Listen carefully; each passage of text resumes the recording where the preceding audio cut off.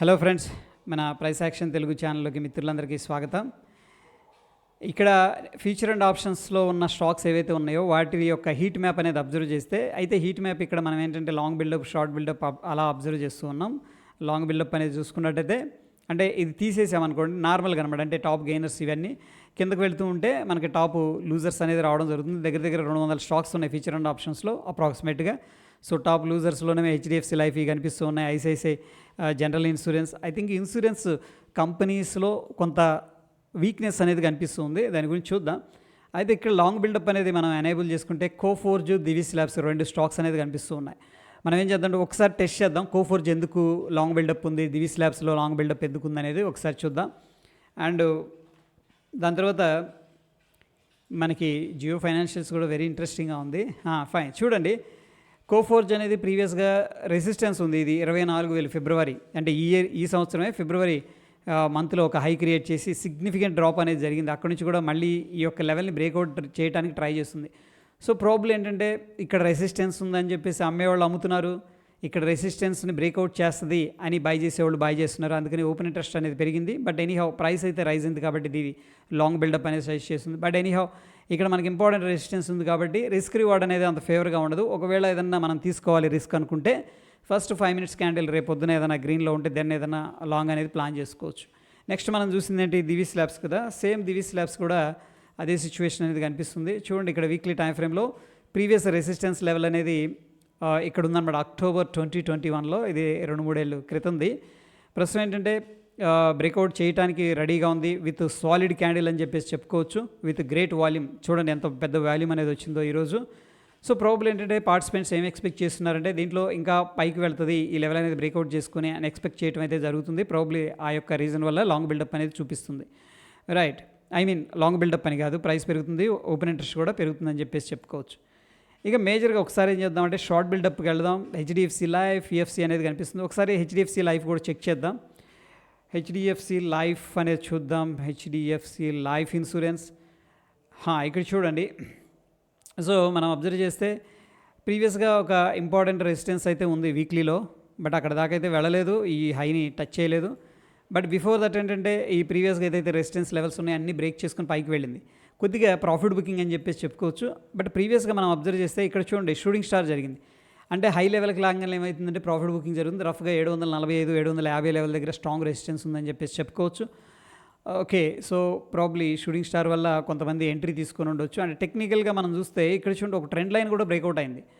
అంటే షార్ట్ టర్మ్లో మేబీ కొంత డౌన్ సైడ్ వెళ్తుంది అని ఎక్స్పెక్ట్ చేస్తూ పార్టిసిపెంట్ ఏంటంటే షార్ట్ సైడ్ అనేది ప్లాన్ చేస్తున్నట్టు తెలుస్తుంది. ఈవెన్ మార్కెట్ కిందకి వెళ్తున్నప్పుడు కూడా హెవీగా ఈ యొక్క ఓపెన్ ఇంట్రెస్ట్ అనేది రైజ్ అవుతుంది కాబట్టి దీన్ని మనం షార్ట్ బిల్డప్గా కన్సిడర్ చేస్తూ ఉన్నాం.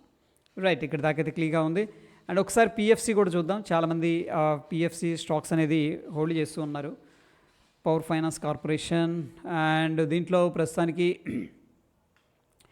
మనం ఇంపార్టెంట్ లెవెల్స్ అయితే వాచ్ చేయాల్సి ఉంది. సో ప్రాబ్లం ఏంటంటే మనకి ఇక్కడ చూడండి ఒక ట్రెండ్ లైన్ అయితే కనిపిస్తూ ఉంది. నేను దీని కలరు బ్లాక్గా మార్క్ చేస్తున్నాను.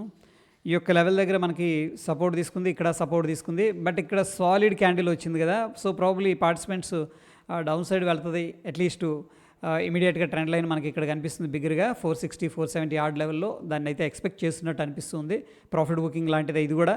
అగైన్ ఏంటంటే ప్రస్తుతం అయితే కొంత వీక్నెస్ అయితే కనిపిస్తుంది based on the price action and based on the open interest analysis.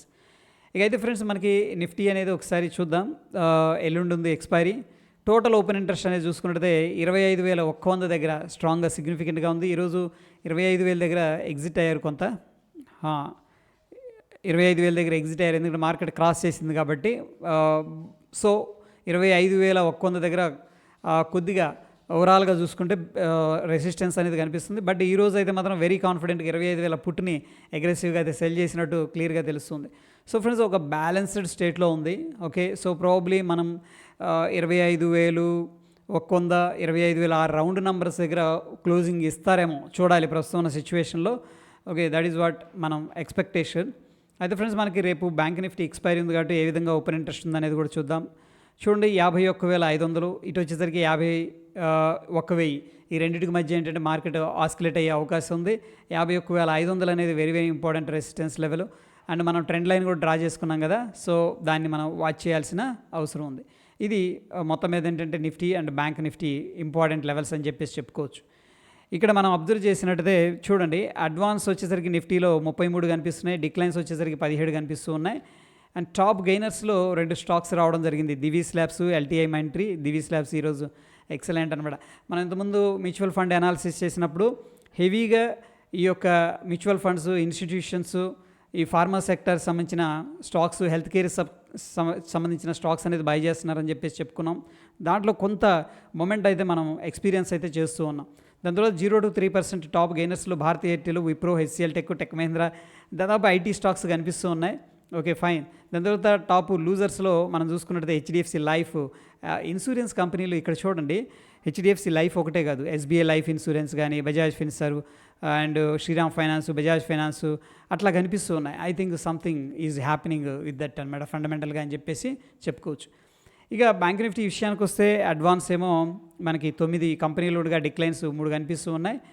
అయితే అంత సిగ్నిఫికెంట్ గ్రోత్ ఇక్కడ కనిపించలేదు. యాక్సిస్ బ్యాంక్లో, బంధన్ బ్యాంక్లో స్ట్రాంగ్ రికవరీ అనేది కనిపించింది. ముఖ్యంగా బంధన్ బ్యాంక్ అండర్ పర్ఫామ్ చేస్తూ ఉంది, అది కొంచెం రికవర్ అయింది ఈరోజు. అదేవిధంగా టాప్ లూజర్స్లో కూడా ఏం పెద్దగా లేవు, 0.2% అంటే చాలా తక్కువ. SBI, PNB, IDFC first bank. ఎస్బీఐలో ప్రస్తుతం అయితే బుల్లిష్గా ఉన్నాం ఫ్రెండ్స్. ఒకసారి ఆ యొక్క స్టాక్ అనేది చూద్దాం. ఎందుకంటున్నానంటే ఇది బిగ్గర్ పిక్చర్లో బుల్లిష్ సెంటిమెంట్తో వెళ్తూ ఉంది. ప్రస్తుతానికి మనం ఏం ఎక్స్పెక్ట్ చేయొచ్చు అనేది చూస్తే చూడండి, ఈ యొక్క ట్రెండ్ లైన్ అనేది మనకి వెరీ ఇంపార్టెంట్ సపోర్ట్ అని చెప్పేసి చెప్పుకోవచ్చు. దాని తర్వాత ఒకసారి ఫిబొనాకీ అనేది డ్రా చేస్తున్నాను. So friends, probably 750 is round number. ఒక్కవేళ షార్ప్గా అక్కడికి వచ్చింది అనుకోండి, మనం స్వింగ్ ట్రేడింగ్ కోసం ఏంటంటే దీంట్లో అయితే లాంగ్ టర్మ్ ఆపర్చునిటీ అనేది తీసుకోవచ్చు అని చెప్పేసి పర్సనల్గా అనిపిస్తుంది. సో మీరు కూడా ఒకసారి చూడండి, వాల్యూమ్స్ బాగున్నాయి అండ్ ప్రైస్ అయితే రిజెక్ట్ చేశారు ఇక్కడ. బట్ ఎనీహౌ ట్రెండ్ లైన్ ఉంది కాబట్టి ఒకవేళ ఏదైనా షార్ప్గా వస్తే కూడా that is a great opportunity అనిపిస్తుంది. Okay fine. అది స్టేట్ బ్యాంక్ ఆఫ్ ఇండియా గురించి. అయితే ఫ్రెండ్స్, మనం ఇక్కడ చూసుకున్నట్టయితే ఫ్యూచర్ అండ్ ఆప్షన్స్లో మనకి ప్రీమియర్ ఎనర్జీస్ అనే స్టాకు మోస్ట్ యాక్టివ్గా ట్రేడ్ అయింది ఈరోజు. 19 అంటే పేటీఎం ఈరోజు టాప్ గెయినర్గా ఉందా, ఆల్మోస్ట్ 6-7% అయితే గెయిన్ అయింది. హెచ్డిఎఫ్సి బ్యాంక్ ట్రేడ్ అయింది. జియో ఫైనాన్షియల్స్. అయితే ఫ్రెండ్స్, ఇక్కడ జియో ఫైనాన్షియల్స్ మన మిత్రులు చాలామంది హోల్డ్ చేస్తున్నారు. ఒకసారి దాని గురించి కూడా చూద్దాం. జియో ఫిన్, ఇక చూడండి, ఒక ట్రెండ్ లైన్ అయితే బ్రేక్అవుట్ అయింది. ఇది ఓవర్ హైప్తో వచ్చింది. But anyhow Jio Financial Services brand కానీ ఫండమెంటల్స్ కానీ వెరీ గుడ్ అనమాట రైట్ నౌ. ఇక్కడ ఒక ఫ్లాగ్ లాంటిది బ్రేక్అవుట్ జరిగింది అండ్ రీటెస్ట్ చేసుకుంది. ప్రాబిలిటీ ఉంది మనకు అప్ సైడ్ వెళ్ళడానికి. ఒకవేళ వీక్నెస్ ఏదన్నా ఉంది అంటే ఈ యొక్క స్వింగ్ అనేది మనకి బ్రేక్ డౌన్ జరిగితే దెన్ ఏంటంటే మనం వీక్నెస్ అని చెప్పేసి చెప్తాం. ప్రస్తుతం అయితే మార్కెట్ పైకి వెళ్ళడానికి అయితే ప్రయత్నిస్తూ ఉంది. ఇది జియో ఫైనాన్షియల్ సర్వీసెస్ గురించి. 52 వీక్ హైలో మనం చూసుకున్నట్టయితే Glenmark Life Sciences, United Spirits, Cholamandalam Investment, Voltas, Inox Wind అనేది కనిపించగా 52 వీక్ లోలో ఎటువంటి స్టాక్స్ అయితే కనిపించట్లేదు. కొన్ని స్టాక్స్ ఫ్రెండ్స్ మనకి based on the oscillator and ఇండికేటర్స్ని మనం చూసుకున్నట్టయితే Sobha Developers, Happy Forgings, Tata Power, Bayer Crop Science, LNT Finance. And Tata Power మీద ఆల్రెడీ మనం ఏంటంటే ఒక కన్విక్షన్తో ఉన్నాం, ఎందుకంటే దీన్ని లాంగ్ టర్మ్లో హోల్డ్ చేయాలి అన్న ఉద్దేశంలో. అందుకే ఈరోజు టెలిగ్రామ్లో కూడా అప్డేట్ అయితే చేశాను. సో టెలిగ్రామ్లో ఎవరన్నా జాయిన్ అయిపోతే టెలిగ్రామ్లో అప్డేట్ చేయండి. కొన్ని స్టాక్స్ అప్డేట్ అనేది జరుగుతూ ఉంటుంది. అండ్ ఆఫ్ కోర్స్ ఏదన్నా ఇంపార్టెంట్ స్టాక్స్ ఉన్నా కానీ నేను టెలిగ్రామ్లో షేర్ చేస్తూ ఉంటాను. ఇక మనకి బేరిష్గా టర్న్ అవుతున్న స్టాక్స్లో Rail Vikas Nigam Limited, RailTel, Adani Wilmar, Ratan India Enterprises, CIE India ఇవి కనిపిస్తున్నాయి. ఇవన్నీ బేరిష్గా ఎందుకు చూపిస్తాయి అంటే జనరల్గా 50 days, 100 days, 200 days మూవింగ్ యావరేజ్ని కన్నా క్రాస్ చేస్తూ ఉండి RSI 50 కన్నా కింద ట్రేడ్ అవుతూ ఇలా కొన్ని కండిషన్స్ అనేది తీసుకొని ఏంటంటే అది బేరిష్గా ఇవ్వడం అనేది జరుగుతుంది. బట్ అగైన్ ఏంటంటే మనకి ప్రీవియస్ ట్రెండ్ స్ట్రాంగ్గా ఉందనుకోండి, డిస్కౌంట్లో లైక్ ఫిబొనాకీని యూజ్ చేసుకొని డిస్కౌంట్లో కూడా మనం బయింగ్ అయితే చేయొచ్చు.